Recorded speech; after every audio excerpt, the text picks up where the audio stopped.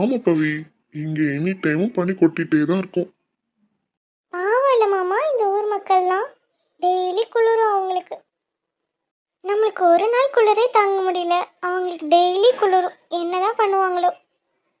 பவி, அவங்க இந்த ஊர்ல இருந்தே பழகிட்டாங்கல்ல, அதனால இந்த குளிர்லாம் ஒன்றும் தெரியாது அவங்களுக்கு. ஆனா அவங்க நம்ம ஊருக்கு வந்தா நம்ம ஊர் ஹீட்டை அவங்களால தாங்க முடியாது.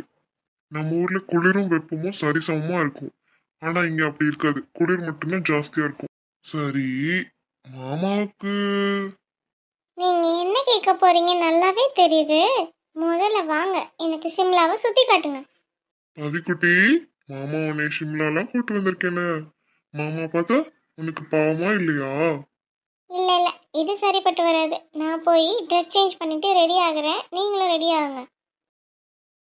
மாமா நீங்க சரியான ஆளுதான். போதும் மாமா, விடுங்க, நான் போய் ட்ரெஸ் சேஞ்ச் பண்ணிட்டு வரேன்.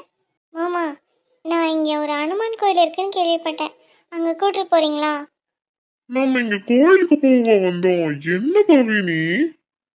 நீங்கள் என்ன சொல்லி கூட்டிட்டு வந்தீங்க? எனக்கு ஊரெல்லாம் சுற்றி காட்டுன்னு சொல்லி தானே கூட்டிட்டு வந்தீங்க. இப்போ என்னடா இப்படி சொல்கிறீங்க? அப்போ 10 நாளும் இந்த ரூமுக்குள்ளே கிடக்க வேண்டியதானா? நான் அப்படி சொல்ல பவி, இன்னைக்கு ஒரு நாள். நீங்கள் சமாளிச்சதெல்லாம் போதும், எந்திரிச்சு கிளம்புங்க, நான் போய் ரெடி ஆயிட்டு வரேன். என்ன மாமா, சரியா? பவிக்குட்டி சொல்லி மாமா முடியாதுன்னு சொல்ல முடியுமா? சரி கிளம்பு, நானும் கிளம்புறேன். இதுதான் என் மாமா. என் கார்த்தி மாமானா கார்த்தி மாமா தான். ஐ லவ் யூ மாமா. ஐ லவ் யூ பவிக்குட்டி. மைத்திலி, இதுதான் அனுமான் கோயில். மலேசியால பெரிய முருகன் சிலை இருக்குல்ல, அதே மாதிரி இங்கேயும் அனுமானுக்கு பெரிய சிலை வச்சிருக்காங்க. ஓஹோ.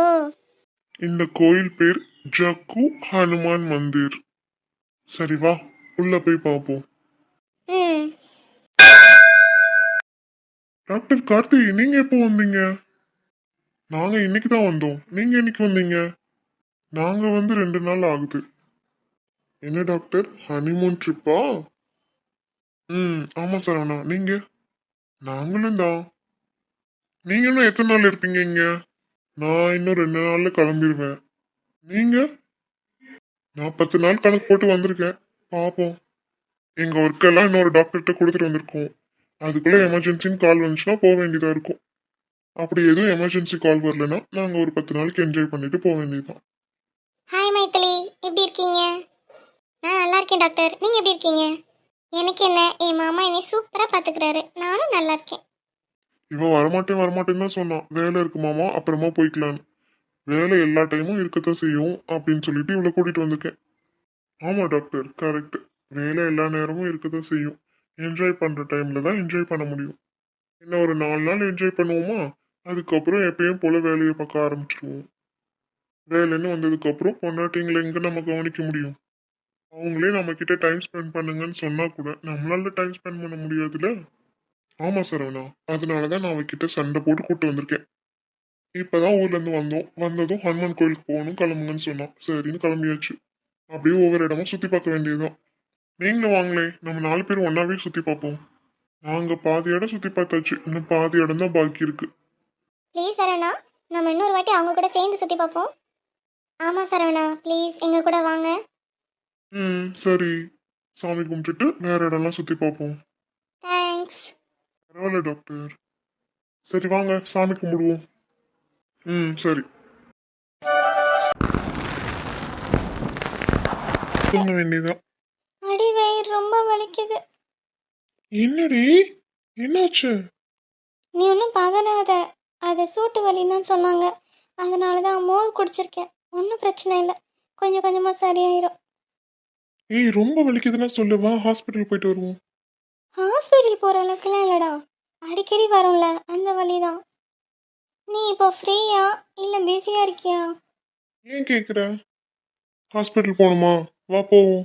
வேலையை நான் வந்து கூட பார்த்துக்கிறேன். மணி என்ன ஆகுது தெரியுமா? 2 மணி. இந்த டைமில் என்ன ஹாஸ்பிட்டல் இருக்கும்? காலையில் போய்க்கலாம். ஹாஸ்பிட்டல் திறக்கலன்னா என்ன? டாக்டர் பவித்ரா வீடு இருக்குல்ல, அவங்க கிட்ட போய் ட்ரீட்மெண்ட் பண்ணிக்கலாம். வா. இரு, ஷட் டவுன் பண்ணிட்டு வரேன். நீ கிளம்பு. டே புருஷா, ஹாஸ்பிட்டலில் போய் ட்ரீட்மெண்ட் பண்ணுற அளவுக்குலாம் ஒன்றும் இல்லை.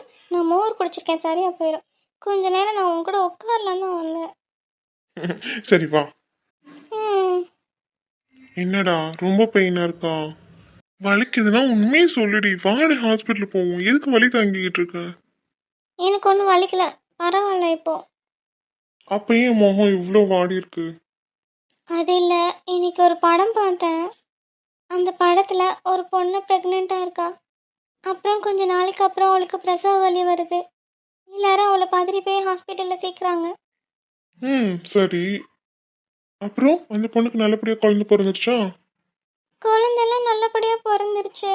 ஆனால் அந்த பொண்ணு இறந்து போயிடுச்சு. அந்த படம் பார்த்ததுலேருந்து எனக்கு ரொம்ப பயமாக இருக்கு. நானும் பிரசவத்தை அன்னைக்கு இறந்துருவேனடா. பல்ல உடைக்க போறேன் பாரு. என்ன பேச்சு பேசிட்டு இருக்க நீ? எப்பயும் பாசிட்டிவா திங்க் பண்ண மாட்டியா? உன்னை யார் அந்த மாதிரி படம்லாம் பார்க்க சொன்னது? பைத்தியக்காரி. எனக்கு ரொம்ப பயமாக இருக்கு பரிஷா. பிரசவத்தை அன்னைக்கு நானே இறந்துருவேனடா. எனக்கு ரொம்ப பயமாக இருக்கு. அந்த குழந்தை அவங்க அம்மா தேடி எப்படி அழுதுச்சு தெரியுமா? எனக்கு பார்க்க பார்க்க அழுகையா வந்துச்சு. நாளைக்கு என் குழந்தையும் அப்படிதான் அழுகுமாடா? நான் கூட நிறைய நாள் வாழணும் பரிஷா. எனக்கு எதுவும் ஆகாதுல்ல. லூசு, இதுக்கு மேல ஏதாவது பேசணும்னு வச்சுக்கோ, சப்பு சப்புன்னு அரைஞ்சு விட்டுருவேன் நானு. நல்லா மூஞ்சிய பாரு. தேவையில்லாத படத்தை பார்த்துட்டு தேவையில்லாம யோசிச்சுட்டு இருக்கா. அந்த மாதிரி சுச்சுவேஷன்லாம் 100ல் ஒருத்தருக்கு தான் வரும். மற்ற 99 பேரும் நல்லபடியா குழந்தைய பெற்று ஆரோக்கியமா தான் இருக்காங்க. நீயே அந்த ஒருத்தரை பாக்குற, அந்த 99 பேரை பாரு. தேவையில்லாம பயப்படாதடி. உனக்கு ஒன்றும் ஆகாது. நாங்கெல்லாம் இருக்கோம்ல. அதான் டாக்டர் எல்லாமே நார்மலா இருக்குன்னு சொல்லிட்டாங்க. அப்புறம் என்ன உனக்கு இந்த பயம்?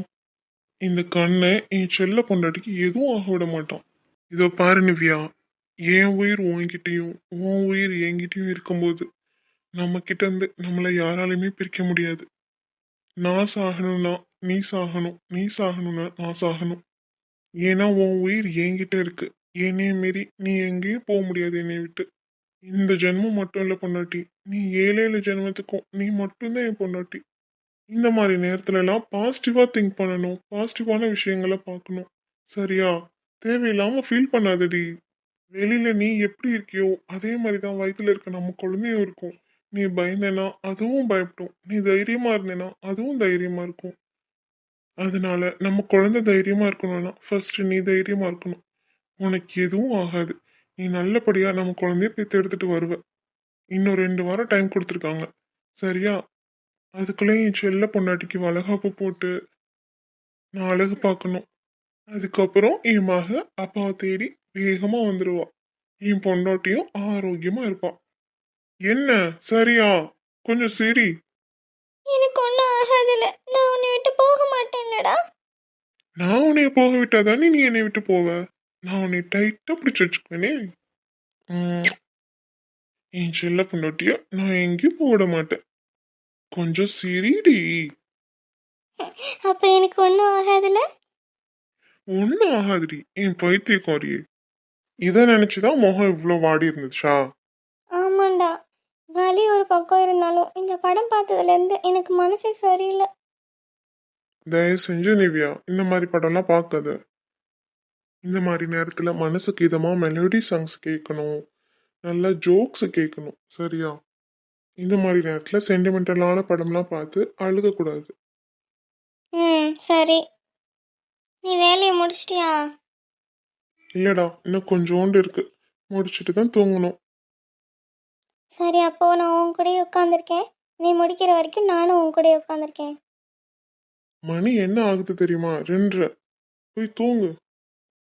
ஆமாம், டிவி பார்த்துக்கிட்டே வேலை பார்க்குறீங்களாக்கும்? அது இல்லடி, மணி 2 ஆகுதுல. தூக்கம் வராம இருக்கிறதுக்காக தான் டிவி போட்டேன். டிவி ஓடிட்டு இருந்தா என் கூட யாராவது பேசிட்டு இருக்க மாதிரி இருக்கும். தூக்கம் வராது. அதனால வேலை பார்க்கலாம்ல. அதனாலதான்.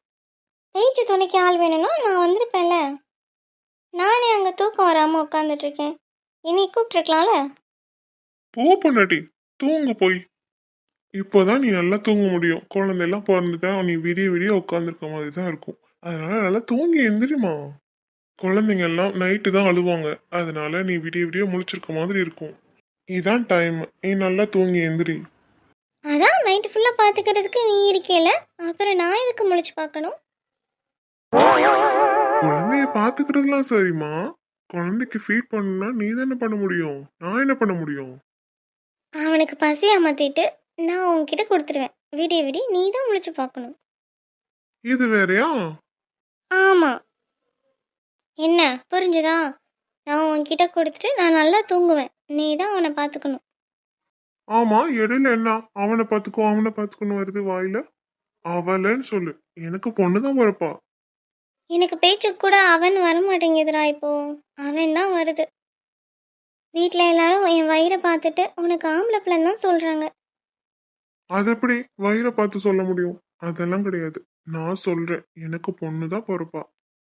பையன் மட்டும் பிறந்தான்னு வச்சுக்கோ, நானும் இனியனும் ஹாஸ்பிட்டலுக்கு முன்னாடி உட்காந்து போராட்டம் பண்ணுவோம். ஏன்? ஆமா, நாங்க 2 பேரும் பொண்ணுதான் எதிர்பார்க்கிறோம். நீ மட்டும் ஏமாத்துன அவ்வளவுதான் பாத்துக்கோ. அதுக்கு நான் என்ன பண்ண முடியும்? அதெல்லாம் எனக்கு தெரியாதுப்பா. நான் உனக்கு தான் தண்டனை கொடுப்பேன். எனக்கு மட்டும் நீ பொண்ணு பெத்து தரல, என் தண்டனை உனக்கு சிவியரா இருக்கும். உனக்கே நல்லா தெரியும் என்னை பத்தி. நான் பனிஷ்மெண்ட் கொடுக்கறதுல எக்ஸ்பர்ட்னு. சோ என்னை ஏமாத்துன அப்புறம் பாத்துக்கோமா. ஐயோ, உன் தண்டனைக்காகவே நான் பொண்ணு பெற்றுக்கணும்ப்பா. கடவுளே, என் வயிற்றுல இருக்கிறது கண்டிப்பாக பொண்ணாக இருக்கணும்ப்பா. இல்லைனா இவன் தண்டனையிலேருந்து என்னால் தப்பிக்க முடியாது.